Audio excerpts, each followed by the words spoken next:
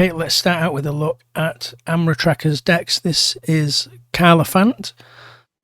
What do you think of this one, Kieran? Well, this looks pretty gross because you got the control of the weak, 2 mind barbs, which is, getting rid of hand is always a pain.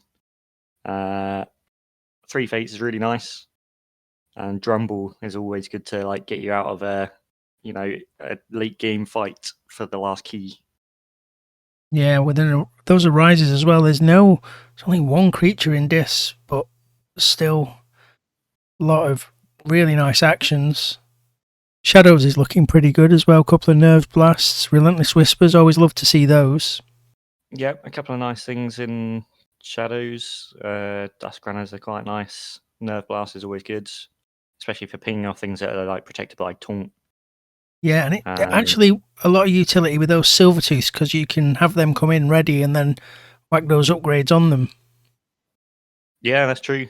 Yeah, and then very quickly get that effect off. And then Untamed looking good. Key Charge, love to see it. With an Nepenthe as well. Yeah, and an Nepenthe as well. Double Flaxia. Yeah, Flaxia, which can give you a nice boost. Yeah, and double Ritual as well. Looking very good. Let's move on to the next one. So, Osmo Feather. Dibble the Tall and Eccentric. It's quite an eccentric name, even. Logos is looking good, isn't it? It looks fun to play with Triple Wild Wormhole. Is there anything you would worry about landing on by accident with that? I'm not sure there is, really. Maybe. There's a few. Maybe the Ancient Power of the Phalanx Strike you might not want a Wild Wormhole into, but overall it looks nice and quick. The Igors are quite useful. If you Wild Wormhole onto an upgrade, you have to play it on the opponents if you don't have any creatures. Yeah, this is very true, which can be painful. Although there is only a stunner in here, but yeah. Yeah, so it's probably not going to happen, but that's about the only thing that I can see standing out. And the Saurian looks quite good as well. A couple of auto-acts to shut off the stealing. Ancient Power is...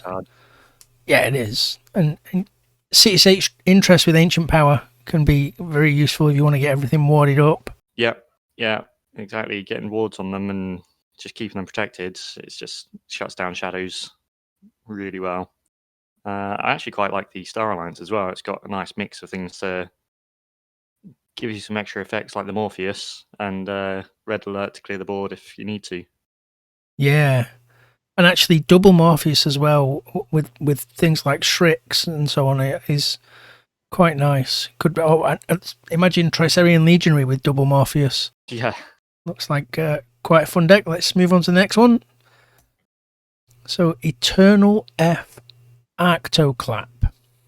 Another interesting name. And another interesting looking Dis as well. Skixuno. A board wipe for all intents and purposes. And a gateway. Yeah, some nice things to deal with bits. You've got because you got Imp Spectres there as well. So, you could always track down some Imp Spectres and then gateway and then binning off some of your opponent's hand. Yeah, exactly. The Logos looks good. It's got my favourite card in there, the Autoencoder, and my second favourite card, Dark Ambervolt. Double Mutagenic Serum as well, with 7 mutants in this deck. That could be very useful. Yep. And then Sanctum Free Markets. I've seen that for a while, actually. Oh, yeah, very nice. Lots of free amber. And a Vault Keeper. Again, nice anti-steal in here. Yeah, nice protection. Looking good. Let's move on and have a look at Sredz' decks. So, Marks, Ratamarket's Pupil, Double Candle Unit, Dysania. Oof. So, the last deck we just looked at with the Archive stuff in it isn't going to want to face this with the Dysania in there. No. This one's got a nice amount of board control as well. You got the Saurian's quite good for it with double Phalanx Strike, Axiom. Yeah, exactly. Some nice options in there. And again, a CSI in here. And an Imperial Scutum as well for you to protect whatever you capture all that amber onto. And then the Star Alliance looks great. This looks like a lot of the good stuff of Worlds Collide Star Alliance with the Kirby's and the Franz Blaster as well. Yeah. Which is fantastic. Yeah, it looks like a great deck. Let's shift on. I'm not going to pronounce this one. I think it's Fluffy or something like that. Oof. Triple Mark of Dis. No thanks. Eaton's Jar. That card is horrible. The amount of times you get forced into a house. Oh, yeah. I don't like the look of this at all. The shadows looks horrible as well. Double lights out, double subtle auto. It's really disruptive, I think. Yeah. And this one definitely looks like it's all about just stopping your opponent's game plan. Yeah, and then look at the Untamed. Fangtooth Cavern, Savage Clash, Word of Returning. Awesome. Yeah, I'm not sure. I've not seen the next deck yet, but right now this is the one I would be banning. Let's have a look. So, Milan Outtester der Festung. Quad Shoeless. Very amazing. Nice. Yeah. 3 ghosty hands. Yep. Anything to... Yeah, the Urchin is there, so you can get someone off 1 amber to get that extra amber from the ghostly hand as well. So you can steal... Nerve Blast as well. Yep, and the Nerve Blast, so you can get them down to 1 and turn those ghostly hands on. I suppose Dodgy you can as well once you've had them out for a turn. Yep, yeah, very true. And Relentless Whispers as well can do it. And then again, you got another Nepenthe Seed in this deck. With the Mimicry as well, which is nice. Yeah, very good combo that, because then, if the opponent's got something super fun, just get back the Mimicry and that's it. Yeah, just yoink it and have it. Wow. Okay, these are looking great. Let's get on to some great games and see how these two get on.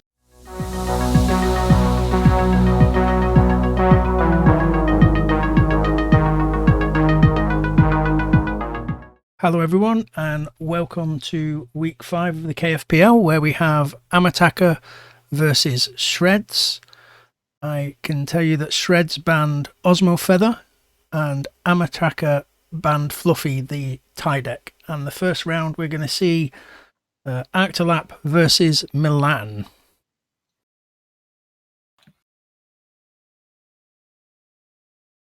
And we're about to get the game underway. And Sredz will be the first player. Sredz with Actolap. Sorry, Amrtaka with Actolap.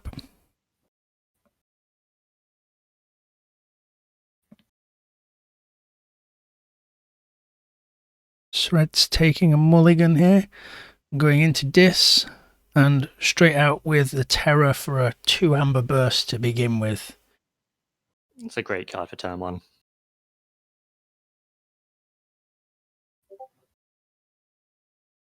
Amrtaka going Dis as well. Dominator Warble and Inspector. Andy marked of Dis him back into Dis as well.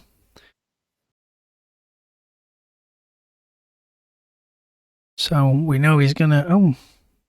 Yeah, it's very quick. Good choice on that, because just reaped with the Terror and passed turn back. Yeah. And here we go with a really nice Logos turn from Amrtaka. With a Munchling and an Infomorph, Mutagenic Serum and Scientifical Hack.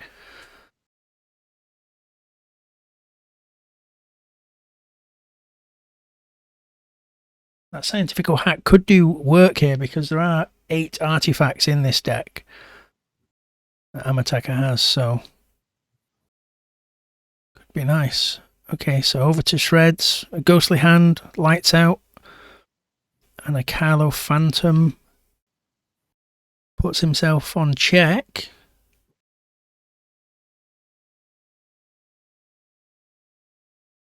Having a think about... Yeah, he is going to Relentless Whispers. Kills his own Phantom. Obviously has something nice in hand there. Didn't want to risk losing it with that Imp Spectre. But he's on 8 amber now. Yeah, Amrtaka into Logos. familiar cast of characters coming back out here with the Munchling and the Infomorph. And another Munchling. And another Infomorph. But that's it. Passes back over. So Sredz is going to forge here. Quick first key. What's he got to deal with the Logos board? Let's see. Straight into Untamed, Dust Pixie, Witch of the Wilds, G-Fairy, go. Interesting. Now remember that all these these Logos creatures that Amrtaka has here are all mutants. So yeah, here we go. He's gone into Sanctum, and I suspect we'll see the mutagenic serum pop here as well.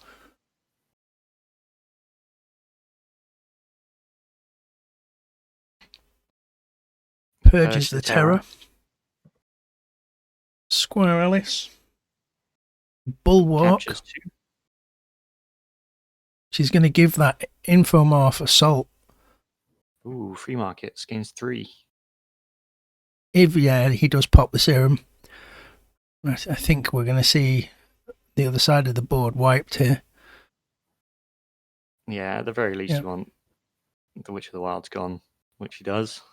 You need that G-Fairy gun as well, and it's a nice way to pump up those Munchlings, I think. Munch, munch. Yep. Chomps down on the Dust Pixie.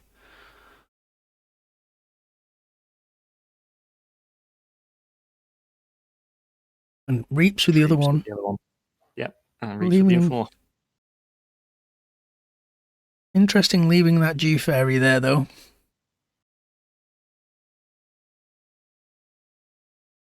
Oh, but he's going to use the Bobble and Imp Spectre into the G-Fairy. No, just reaped. Wow. Okay. So on 9 Amber and passes back over to Sredz. It's a good turn. Oof. Double Shula. And the Ember Imp. Well, I think Amrtaka is going to have to get rid of that Ember Imp straight away. Forges the red key, though. It's in a good position where he's got a creature in each house that he could attack with.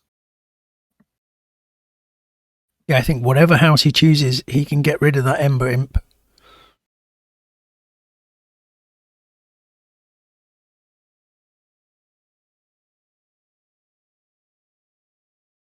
See, I just really having like a look.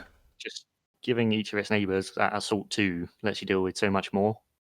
Yeah, and he's gone into Logos, and I suspect we might see... Oh no, Diametric Charge, there we go. And another Mutagenic Serum coming down. Those Shulas now just big bodies on the board. I'd almost be tempted to leave them there and not give him the opportunity to cycle them back through. Yeah, that's a good point. Yeah, it's probably better to keep them there. So he passes over on 6. Says check, what can you do, Sredz? Let's see what the answer is. Straight into Dis. And we see a reap from one of the Shulas. And a fight with the second one. Yeah, to get rid of that Bulwark. And then plays down the third. Wow. Oh. And then a Tendrils of Pain. But ends up purging his own mimicry because of the Imp Spectre dying. Wow. Yeah. Sredz has pushed to 9 Amber though, so we'll be on check when he passes the turn. Yeah. Bit of an unfortunate card to hit, but I think it's still probably worthwhile. Clear the board, slow it down a bit. And like you say, he's managed to get a lot of Amber out of it, so... Yep, so all the thinking there was what to do with that gateway, and in the end he's chucked it in the bin, passed it over. Because what can you do? What can he do in here? We've not seen the Dav yet. Oof. So Amrtaka going in, blue disc, playing his own gateway. That's interesting. I would have maybe discarded the gateway and played the Skixino, because you still would have wiped the board and you wouldn't have taken the chains on board, but Yeah. He's in the KFPL and I'm not, so.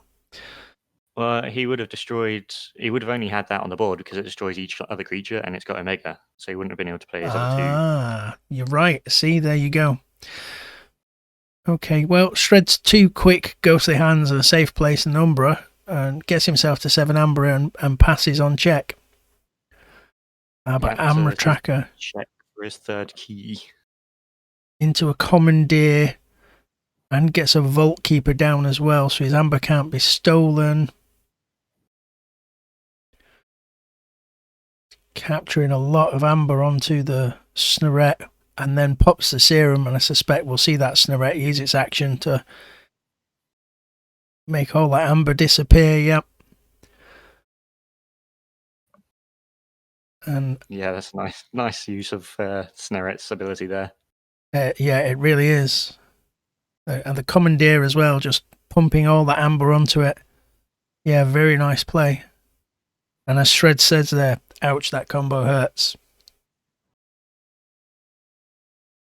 So let's see, Sredz on 3 Amber here. Amrtaka on 7. And with the Vault Keeper. So making sure no stealing while that's in play. Sredz taking his time here.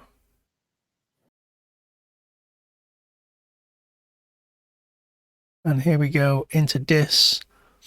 A Life Ward, a Mind Barb, which pops an Eclectic Inquiry out of Amrtaka's hand and then controls the weaks him into Logos, which is interesting. Yep. Shred on 6. I think that's it. I don't think he has any Amber control in Logos. Oh no, he did. It's the Sredz that's on the board, so end of turn he captures one. Yep. So Sredz there with Away the Wolf for the Amber and then a Lost in the Woods and then a Chota to take the game. Hello everyone, and we're back with game 2. Sredz has moved on to Max and Amrtaka has moved on to Caliphant, so both players changing decks this time. Let's get this underway. So Amrtaka going first. Logo Star Alliance Saurian against Dis Untamed Shadows. Yeah. And Sredz saying this is his most dreaded matchup. So let's see if Amrtaka can pull one back here.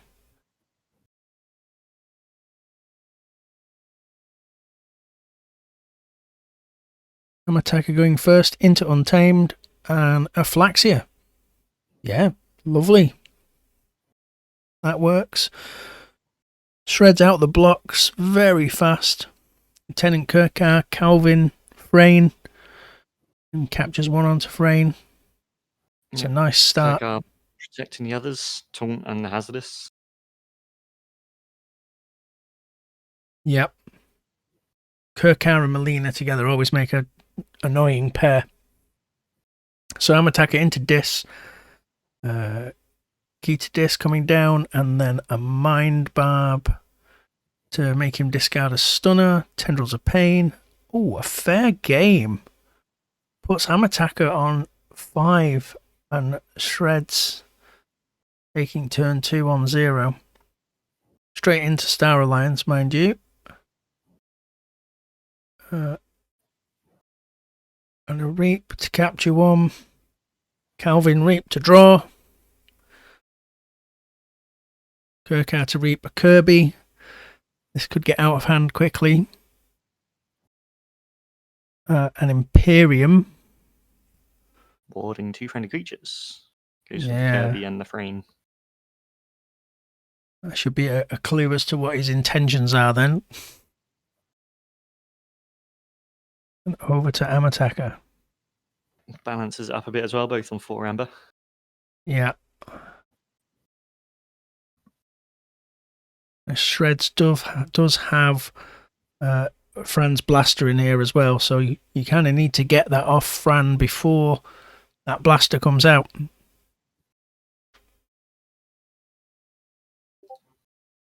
Having a bit of think on this one. Amrtaka into shadows.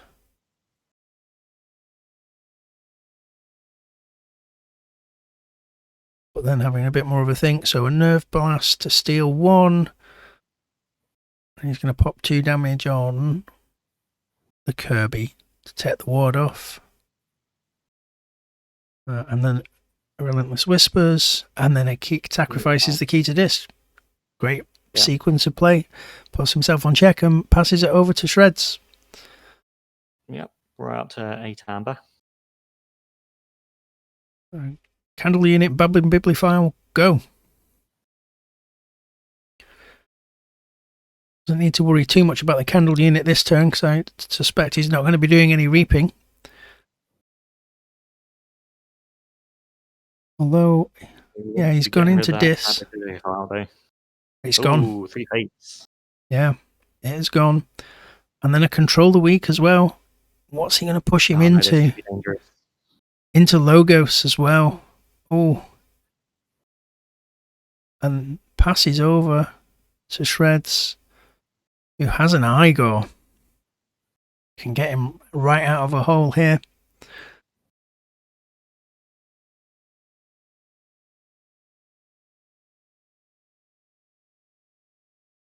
Yeah, there's plenty of opportunity in Logos here. Igor, because it gives you that, at least you get a bit more of a choice rather than if you don't have much in your hand, then things like the control of the weak are really painful. But Igor, like you say, helps a little bit with dealing with that. It softens the blow for sure. And so what have we got? We've got a group think tank, and he binned a Information Officer Grey and a Quantum Finger Trap. Okay. So Amrtaka down with a Mushroom Man, a Mamook, and a Flaxia to push to check. And discards the key charge.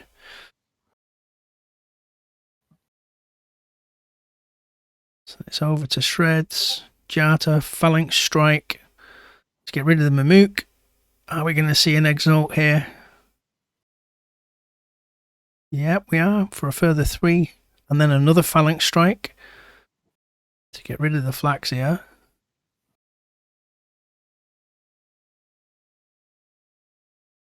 Thinking about exalting or not. Nope, just passes the turnover. So Amrtaka is going to get that second key. Where does he go now? Into Untamed.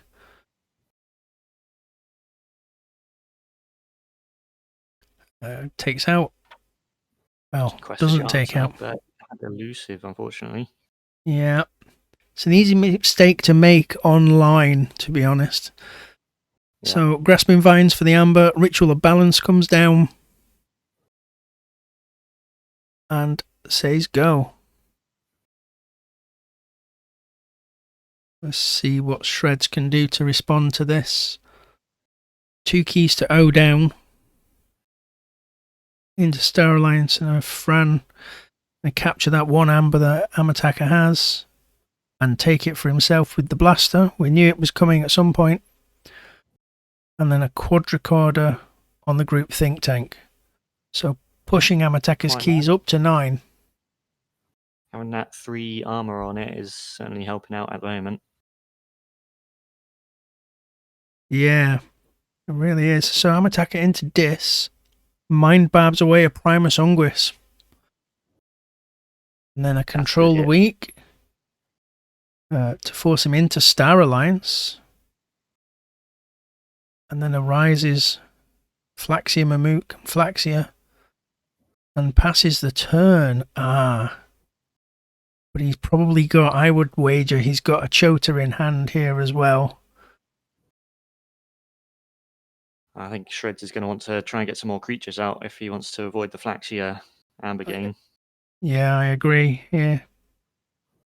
But he is stuck in Star Alliance. You've got 3 on the board. 1, 2, 3, 4, 6. So 9. So there's only 3 Star Alliance cards left between his hand and the 11 in his draw pile. Oh, here comes a Kirby. Save the day. Such a good card. Getting to play something out of house is just useful. Really is. All the time. And it's a Chant of Hubris. And says go. Wow. He moved the Amber of Group Think Tank onto Mushroom Man. So straight into Shadows from Amrtaka. Poison Wave. Silvertooth takes out the Kirby. Another Silvertooth takes out the Frayne. And passes the turn. Here comes Saurian. Jarta, Reap, Exalt gain an extra to push to 6. CSI. And puts a Scootum on the Group Think Tank as well. And a Pterodactyl. And Sredz is on check at this point. So Ritual of Balance takes him off. Does need to get to 8 amber for a key here though, Amrtaka. Gets the Murmurk back down. Pushing the opponent's cost.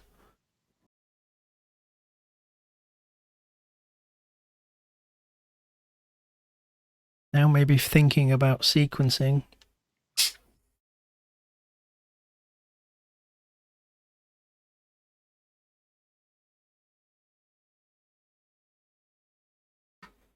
Double flanks, yeah. So he does gain 2. Just gets 2 from one of them. A Reap from the Mushroom Man puts him on 4. Passes the turn. Well, this will be interesting now. He does have the tools on the board at this point to get rid of that troublesome Group Think Tank when the turn comes back. But let's see what Sredz does here. Is he going to leave him with that board intact?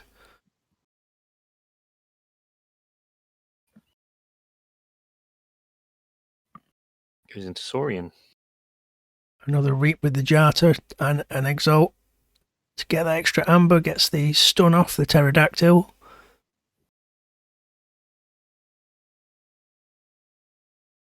Great creature when you can get it on stun Pterodactyl. And an Axiom to clear the board. And then a Tricerian Legionary, and he's warded the Jarta. And Sredz passes the turn on. Check. So what can Amrtaka do here? Into Shadows, pops down a Shadow Self. A Nerve Blast. 2 to the chest, the Jarta, getting rid of that ward. Silent Dagger on the Shadow Self. And a Dusk Runner. And a Long Fused Mines. Wow. Okay, so Amrtaka passing the turn on 7 of the 8 needed amber. Sredz forges that second key. Information exchange to steal 2 of Amrtaka's amber.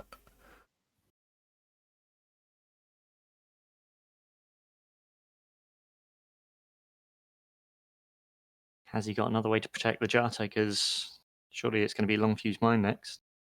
Yeah, I would think so. The candle unit comes down from a wild wormhole. A Tau. Sredz. Like I want. And a Daughter. And a Twin Bolt. She's just going to land on the Shadow Self. And says go. Quite nice, up to 5 amber. Yeah. So what can Amrtaka do here? Well, actually, if he's got that Chota in hand, he can Long Fused Mines,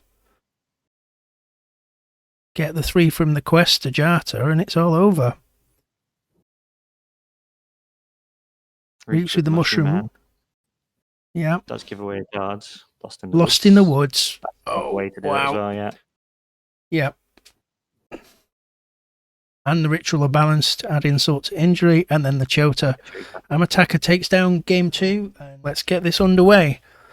And again, Sredz has brought back Marks, and Amrtaka has brought back Arctoclap. Sredz has elected to go first in this last game. And we can see that Amrtaka has already taken a mulligan.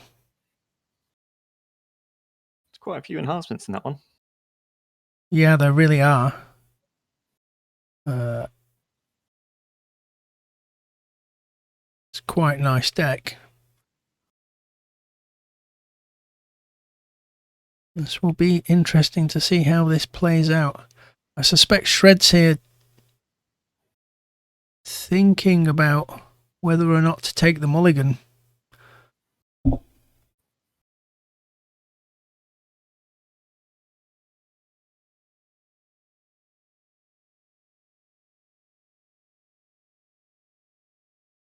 And here we go. Sredz is Star Alliance. CXO Taylor. It's the board. And Amrtaka straight into Logos and my favourite card. Infomorph. Haha. Not the Infomorph. And it's not the best card in the game according to the Screech Bob-omb guys, the Mutant Cut Purse either.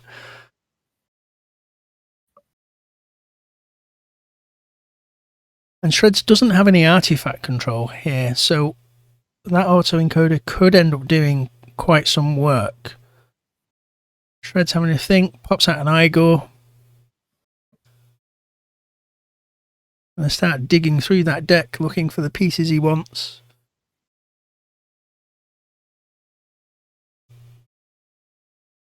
What could he be looking for here? I think interesting with this one because there is some archive in here for Amrtaka, and so Sredz having that Dysania could prove quite brutal later on. Yeah, certainly could. Having a good think about the Igor. Setting up for some next turns, maybe. So gets rid of Franz Blaster and a Finger Trap and pops down a Bibliophile and then a Tautau Vapors and a Candle Unit. Instant board here from Sredz. And the Dysania.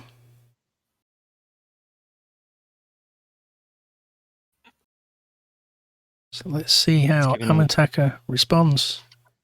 Giving Amrtaka some targets there.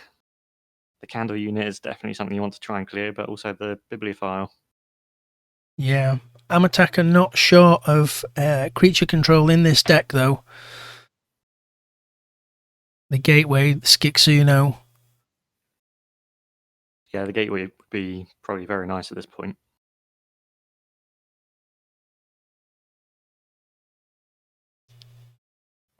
Well, there's a world in which, I mean, mark a Dis on the Candle Unit and then a Skixuno. That'd be great. Definitely.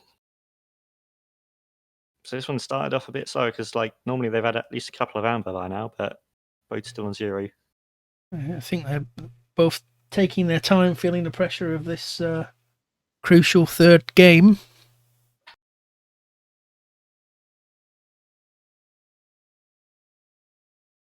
Amrtaka having a really good think about this. So he goes into Sanctum. Fangs a Gizzleheart. He's dealt with that Candle Unit. And then a Vault Keeper to get rid of the Bibliophile, and then a Free Markets. Okay, yeah, let's see what Sredz will do very quickly into Star Alliance. Yeah, the damage pip on the Vault Keeper putting paid to the...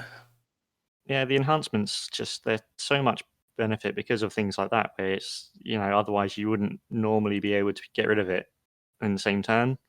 But having that damage pip on the Sanctum creature, just it's an excellent way to be able to deal with something. Yep, really elevates Mash Mutation as a set.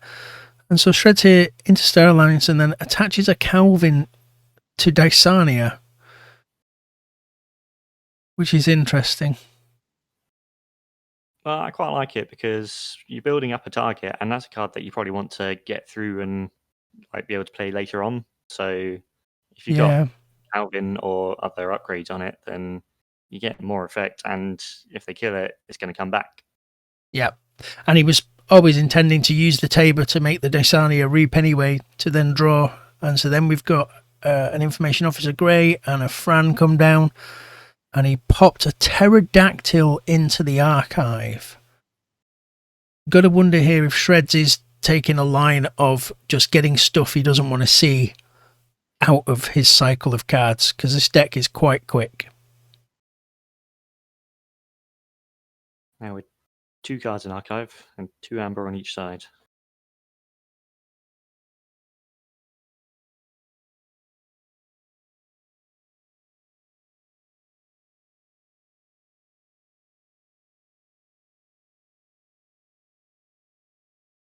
Amrtaka going into the logos. Triggers the auto-encoder. And discards Scientific Hack. Yes, Amrtaka loading up his own archives here. And then the Infomorph has fought the Tabor. It's a good move to get that off the table. Otherwise, it's just a free amber and use another creature. And passes the turn over to Sredz. Very different from the previous 2 games, this one. As you said earlier, we're now on turn 4. Neither player anywhere near check at this point. No, I'm sure. I mean, they rushed to the first key on the other ones. But like you say, I mean, this is where you really start sort of taking it a bit slower and thinking through. Yeah. When you got a board like Sredz has, and you got different cards with effects going on, you really want to start thinking about priorities. Do you take things out, or do you try and play your own things to build up your own threat? So Sredz into Star Alliance and reaping with that Grey, and now putting a Hisario into his archive. Popping down a Nurse Soto, healing that Dysania. And then another Frane, which is going to capture again. Definitely building up an archive of Saurian here, Sredz. And then passes the turn. So Sredz on 4 amber, and all of Amrtaka's amber is now on Shred's creatures.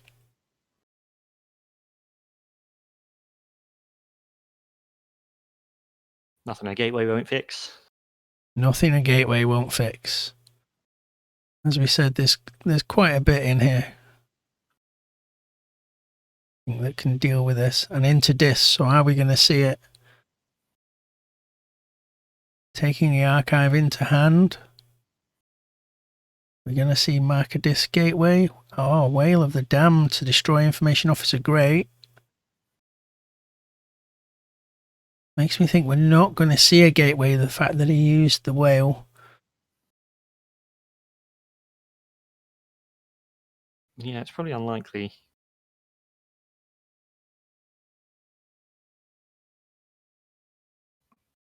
Has to shut down Sredz from loading that archive with Saurian stuff, though.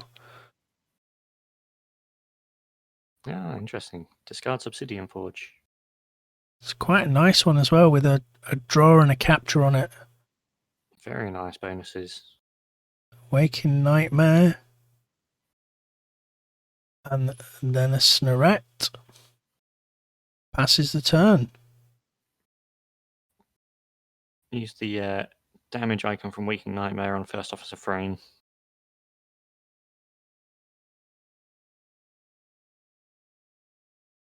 Yeah. So where's Shred's going to go here? Doesn't have that blaster. There it is, one of the first cards that ended up in his discard.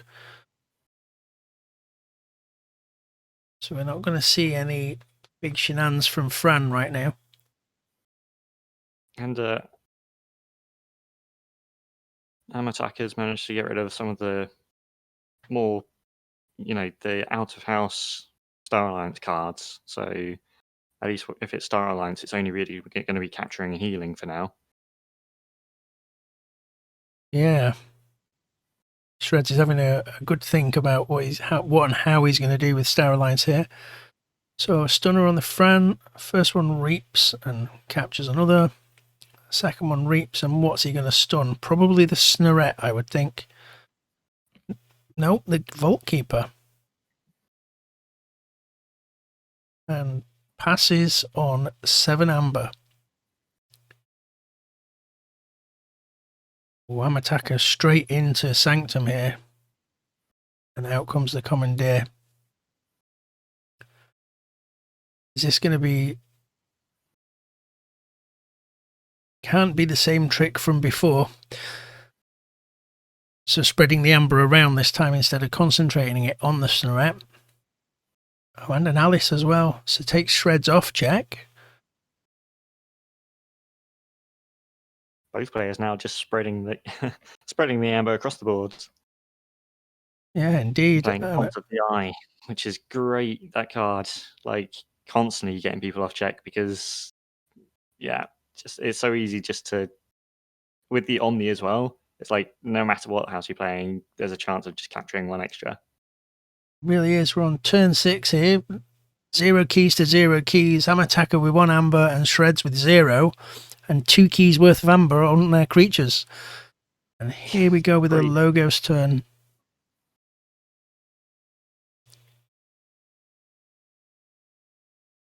What is Sredz going to do here?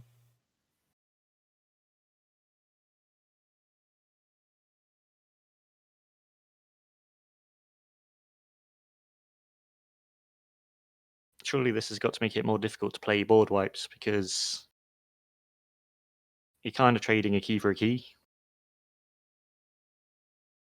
Yeah, I think so.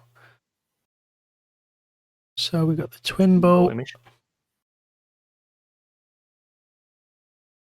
Gets rid of the Vault Keeper and the Infomorph. So you get some of that amber back.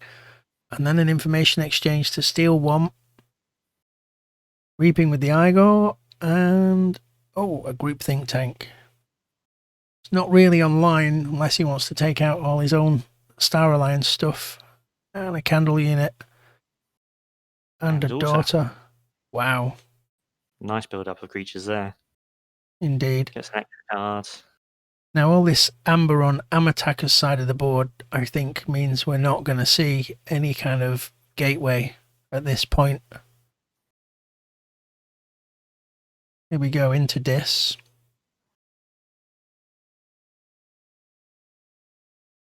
I think we will see the Snerette get rid of that amber. Sensible move there. Oh, and then the gateway. Wow. Gateway. So passes back over, saying to Sredz, okay, you can have that key, but I'm not letting you have that board. Sredz into Saurian. Doesn't pick up the archive, though. Unguis, Tricerian. Just going to ward the Unguis for sure. And then a Scutum. And a Scutum onto it. Yeah, it's and then a Phalanx as well. It's a real statement of intent, that is. And so Amrtaka straight into Logos with an Eclectic Inquiry and pops that ward off the Unguis with the damage icon.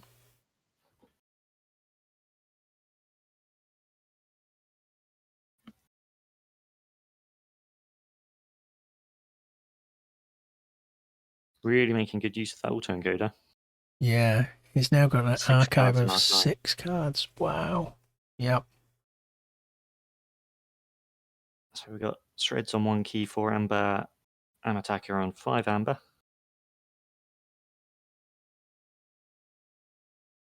Primus is reaping.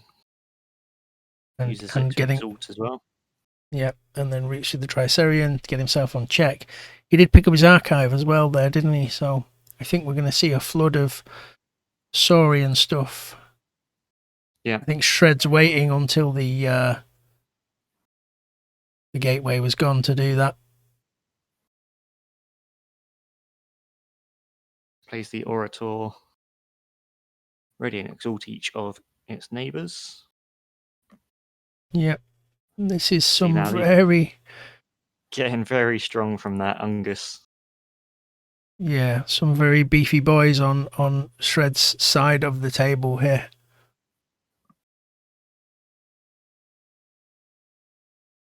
And a chant of hubris. Check on 10. But Amrtaka here is taking the archives in. Here we go with the disc turn. Inspector. Bauble. Mark of Dis. It's going to be into Saurian. Oh, and the Skixuno. Ooh. Boom. Big boom. Wow. There. Sredz gets that second key into Saurian. Phalanx Strike, and that's his lot. Pretty much a turn off. So now what can Amrtaka do here? Into Logos. Here's the Dav. Quixo, Mutagenic Serum. And pass. So Sredz into Star Alliance. Kirkar Kirby. And another Kirby. And a CSI.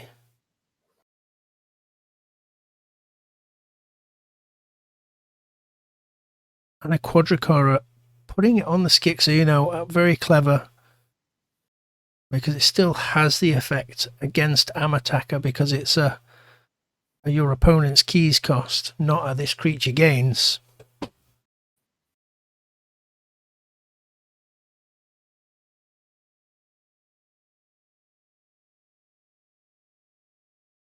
Amrtaka having a think now.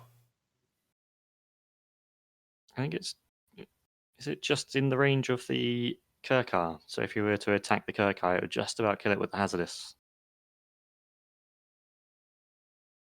Yeah. It's Hazardous 3, so that's 8. Yeah, he can take that out. Oh, but here we go. Burning Glare. A Salvador, a Bulwark.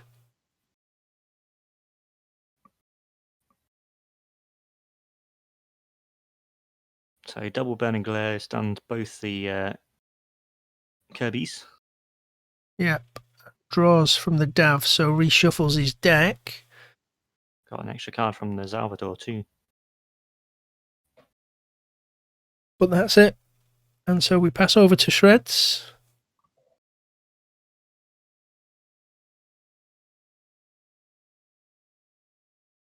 Like you were saying, there's a nice spread of artifacts there. Yeah, there really is. Probably wishes those had come out a little earlier for him, but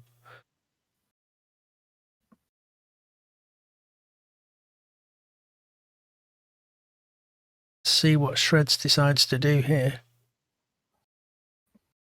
By no means a Star Alliance turn with those things stunned on the board at this point. He has recycled his deck though as well.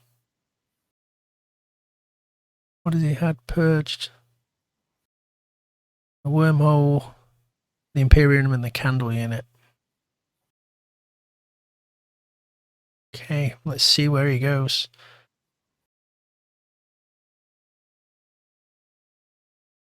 He's thinking long and hard about this. Yeah, these turns are really going to count. Yeah. No key cheats in Sred's deck, so just going to be about getting to check. Got no archive anymore either, so the Dysania isn't going to quite do as much. No. And we know that Amrtaka has got the Bring Low in his deck. He must have it in hand, in fact, so...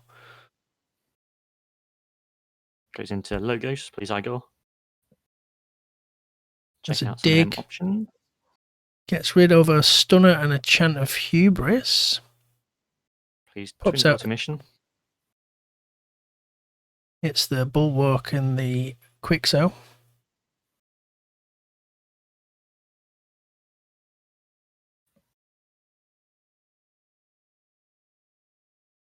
And says go. So where will Amrtaka go here? Into Dis.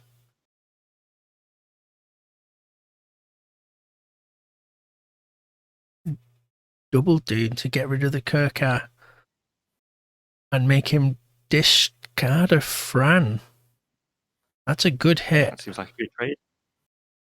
Yeah, it does seem like a good hit. And then we see the bauble for the Quixo. Yeah, take out one of them Kirby's and draw a card. Can pop the serum and use the 2 Sanctum bodies as well this turn if he needs to.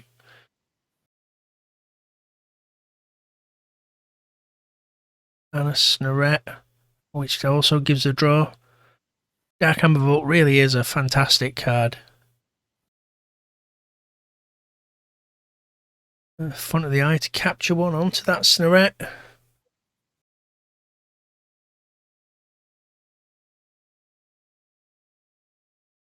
And yep, gets rid of the Kirby with the Skixuno.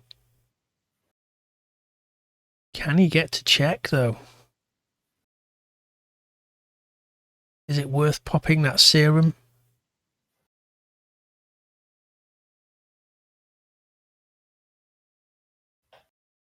I think I would be very tempted to pop the serum here and reap with the 2 Sanctum bodies just to... one, right? Oh, it's only one, yeah. So it'd just be the Bulwark. Salvador, like I mean, could be worth it. The only trouble is, there's probably... I mean, if you're only on check, like, equal with it, then maybe it's worth saving it for a turn. Oh, no. Yeah, he's gone for it. He's gone for it. Reap with the Bulwark. And turn on check. So, Sredz here. Oh, here comes that Unguis again and the Pterodactyl. I think we've seen these guys before, haven't we? Oh, yes. And here we come with, like, buffing them up already. Phalanx Strike. Exalts Primus Unguis. Instantly makes them stronger. Yep, and gets Sredz on to check here. What response are we going to see from Amrtaka?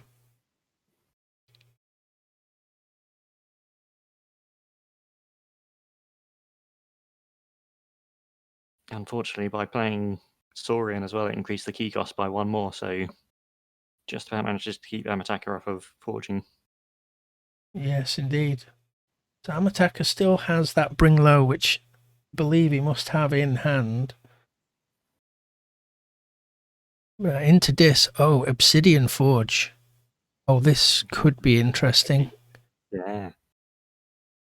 Because he's got the front of the eye, remember, as well, so he can kill something on Sredz' side of the board. Like, for example, the Unguis with that Sredz, the Skixuno. He just reaps with it. Reaps with the Imp Spectre. Uses the... Trouble. Oh, yeah, because you'd have the font still. Quixo into the Igor. Draws a card.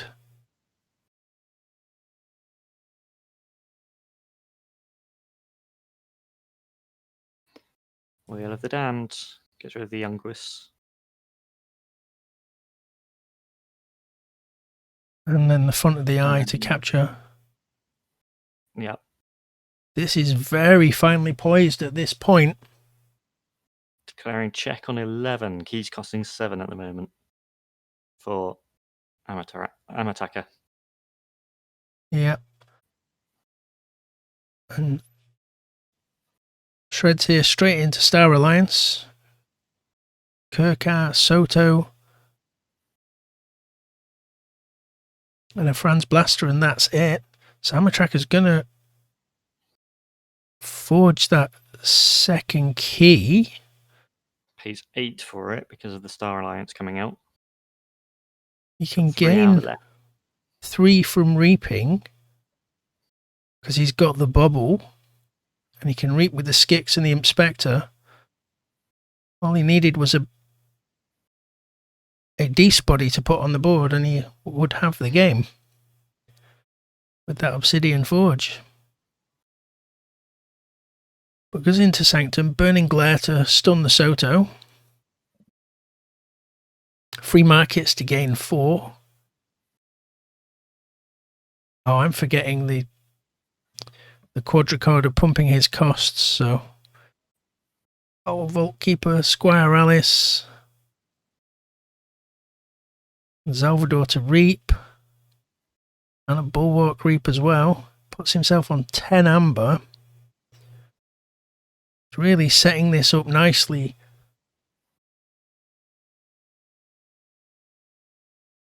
Declaring check on 10. The Quadricorder depends on the timing, right? Because if you sacrifice it with Obsidian Forge, does it then reduce the cost before the effect goes off? Cool, that's a great question, isn't it? Because it's not a creature's gains thing either, and you sacrifice the creature. Yeah, I think it's out of play at that point, so I think you're right. So, Phalanx Strike. And Amrtaka has won the game.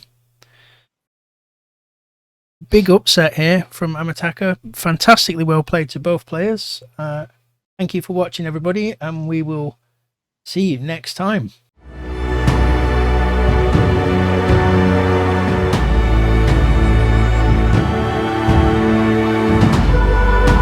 Yeah, that was a fantastic game, both of you. Really well played, Amrtaka. The end of that last game there was fantastic. I was watching the turn before and thinking, in my mind, I thought you'd had it with the Obsidian Forge, but then forgot that damned upgrade was increasing your key cost. Yeah, I was sitting with a bring low at hand for the last 3 turns, I think. Yeah. So I knew if it didn't go up to more than check, I could put it down with Font of the Eye. So I kept holding that one, and so I knew I had at least one more turn.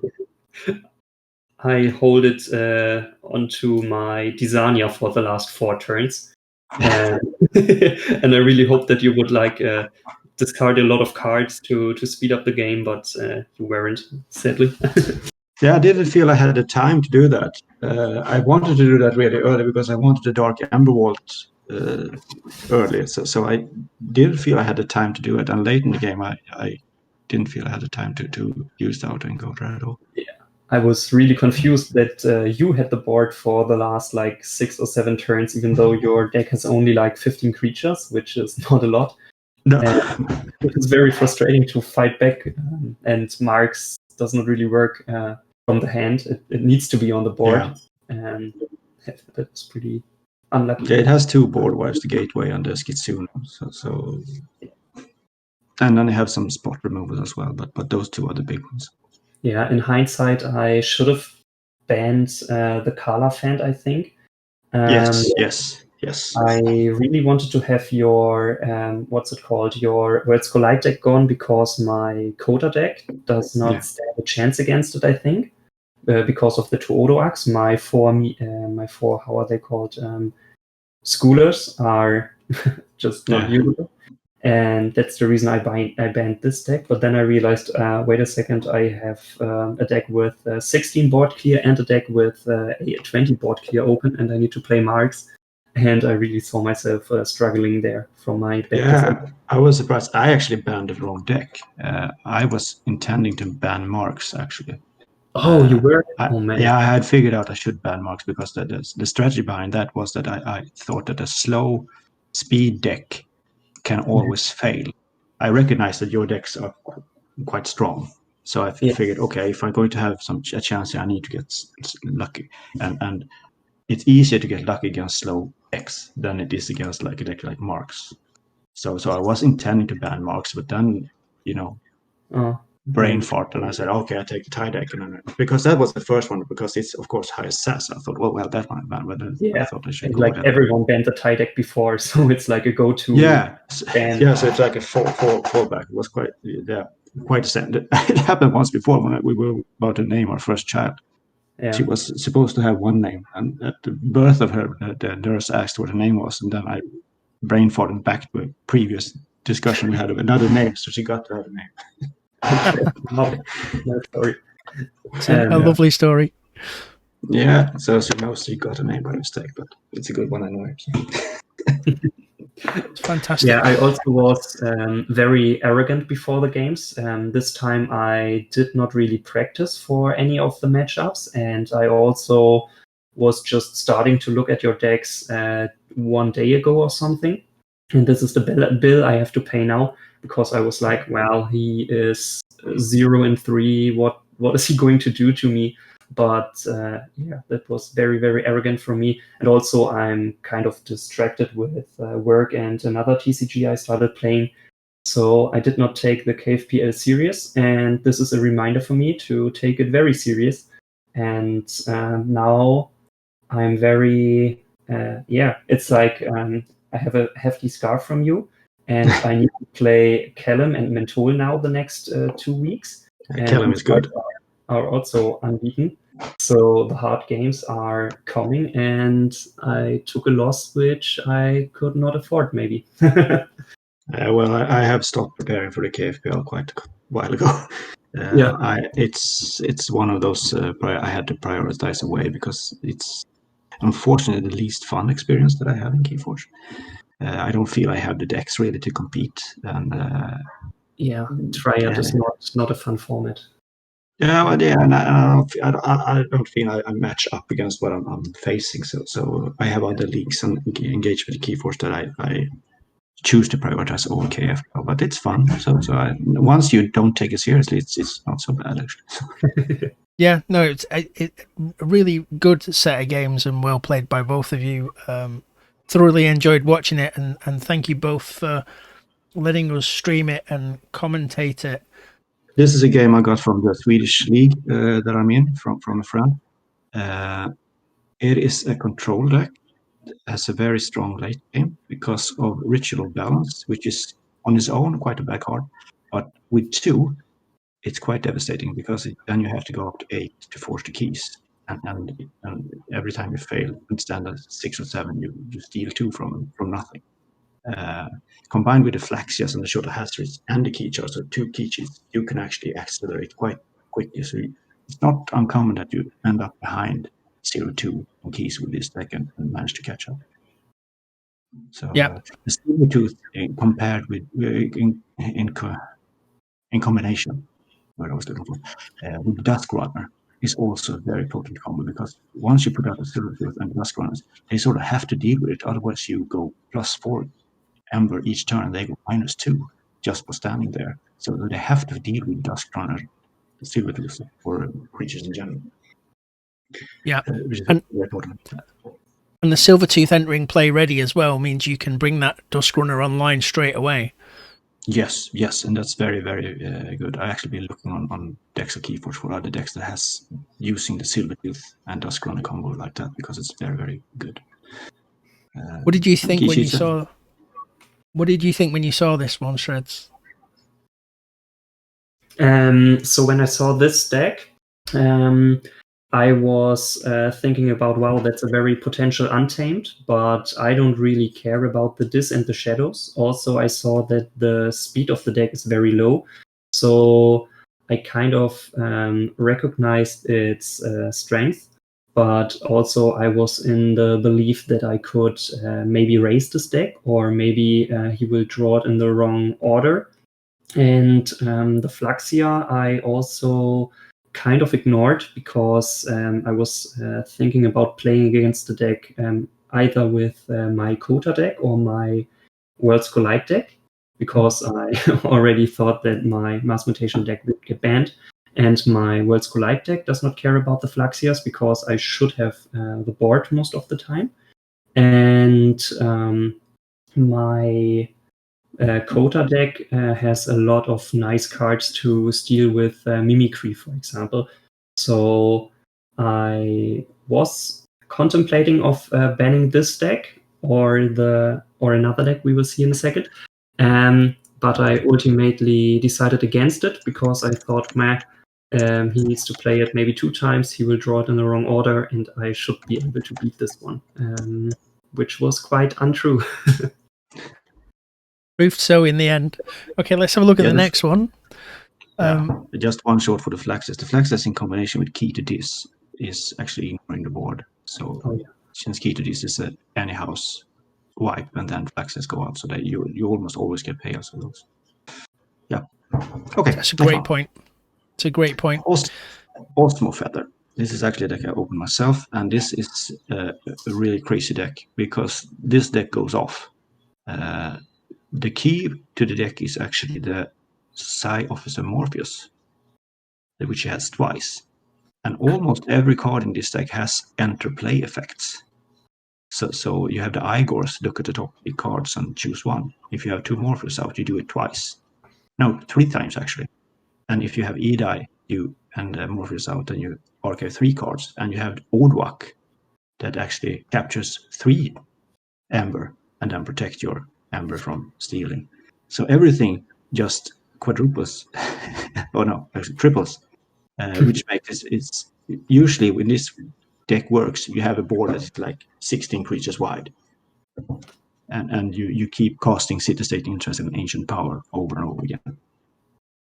So it's but then again, it also fails. It's a high variance deck in that case because if you can take care of the Morpheus and keep the key cards away from it, if you recognize which are, it can stomp because it doesn't have Amber control, it doesn't have creature control. So it's a high variance deck. I took it because it can beat anything if it has the right draws. So it has the potential to do something, at least in KFPL. Yeah, it's got a lot of tools with the double red alert. I love to see that as well. What were your thoughts, Sredz, and why did you ban this one? So Osmo Feather was the deck I ultimately banned because, like I said, I saw myself playing Kota and Worlds Collide against this deck. And my Kota deck just loses against the Odoax because the core of my Kota deck are 4 Schoolers, and not being allowed to steal is a really big drawback to my deck.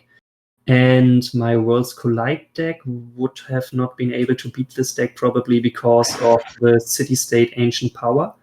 My Worlds Collide deck does not really have the biggest kind of board control, and having a lot of warded big creatures and Saurians on the board would have made a big problem for me.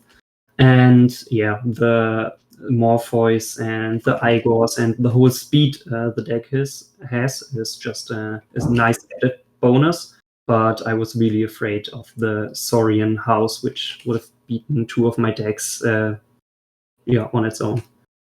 This was a must ban for me. Yep. Okay, cool. Let's have a look at the next one. And I can understand this is the one I would have banned as well, to be fair, I think. Okay, so we're on to Eternal.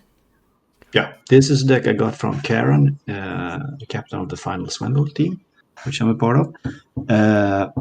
This one is a deck I know the least and has played the least. It is a deck that has basically a lot of good cards. It has the Dark Emerald, it has the Autoencoder.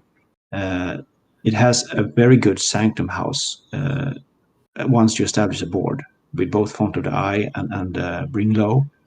And you have a lot of capture icons like 5, so you can always nibble them from making a key, so it can actually draw the game out quite a bit that way.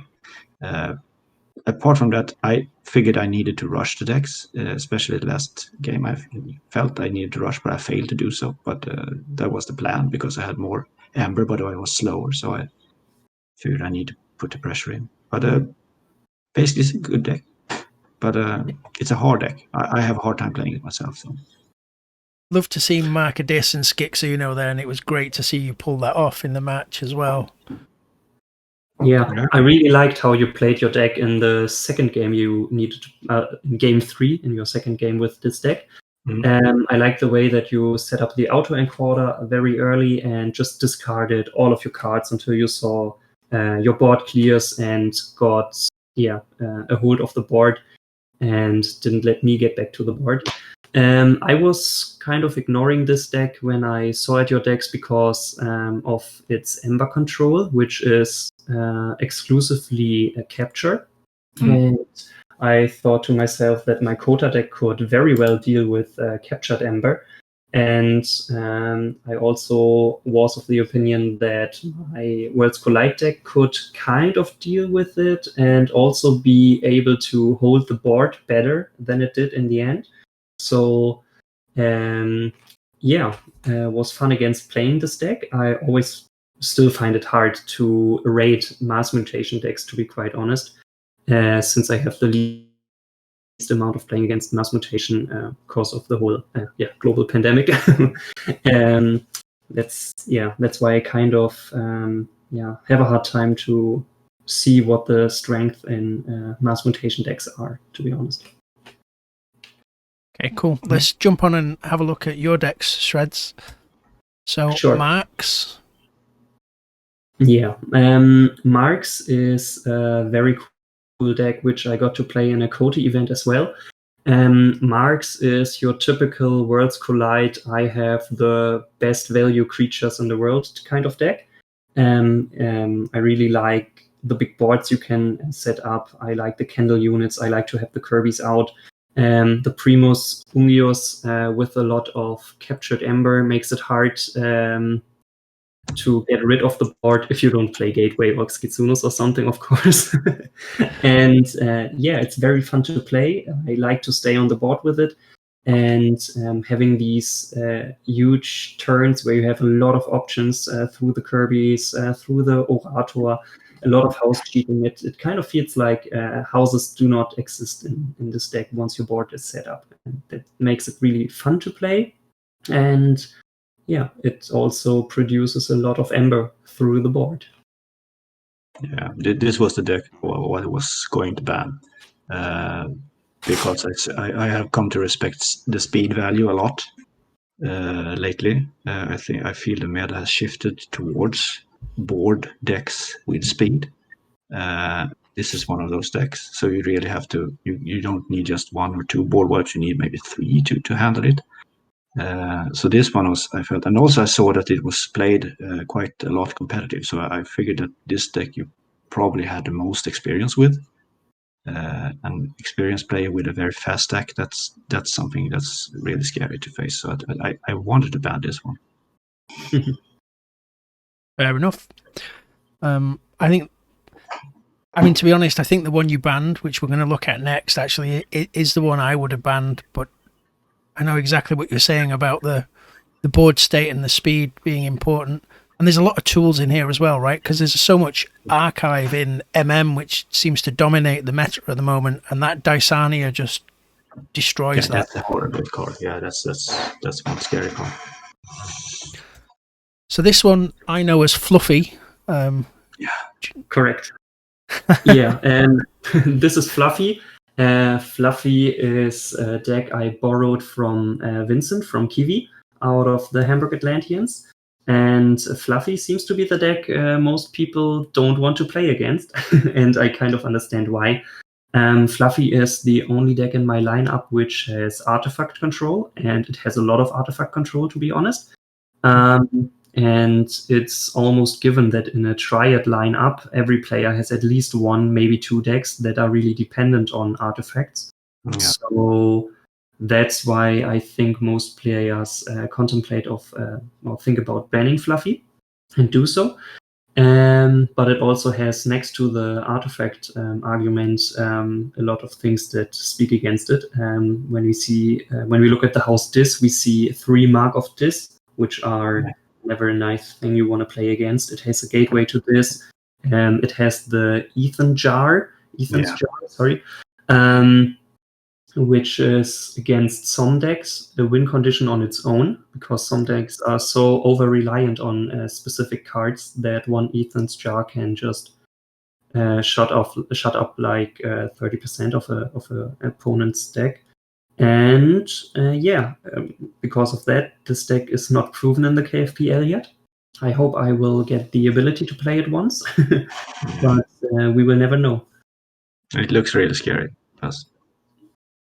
Yes. 3 marks of this is really that's not just good. It's just like it's also the unfun factor of it, where you don't can. It has play so a much game. disruption, like so many cards that send your cards back to the hand or rip cards out of your hand. It's like you always play with chains against Fluffy. Yeah, so that's one, because disruption is the characteristic that is the most fun to play with, but actually the worst one to play. Because That's you true. can't do any plans, but playing with disruption, I love disruption decks to play them. But Yeah. Love to see Lording Vidius in here as well. It's amazing that they made that thing elusive, the size of it and what it can do as well. Yeah, it's an interesting card, but it doesn't shine really as much in the meta where capture is such a big part of the Ember control, because you don't want to capture shit with Ember. So yes, I think it has been a little bit overrated earlier, but because you can take stuff, but now you don't want stuff because it's powerful loaded with Ember. Never thought about this way, but yeah, you've got a point there. Okay, let's move on and let's have a look at Milan. Yeah, so Milan is a deck that comes out of a box of first print Kota. It's always nice to say this. Yeah, Milan is, I call it just for fun in my group of players, that it's the crutch of my lineup, because every time I test against other players, Milan seems to be the matchup I need to have the most practice with. But its stats are very good in the KFPL right now. I think I did not drop a single game with it. And or did I do it today? No, I did not drop today. Yeah, Milan has just your typical good stuff Kota in it. Control the Weak and Gateway are always nice to have. Its special are the 4 Schoolers, which steal your opponent's Ember and then set up nice creatures to reap and to get rid of things. 5 power is a very good benchmark. Then it has a lot of burst in shadows through the ghostly hands, and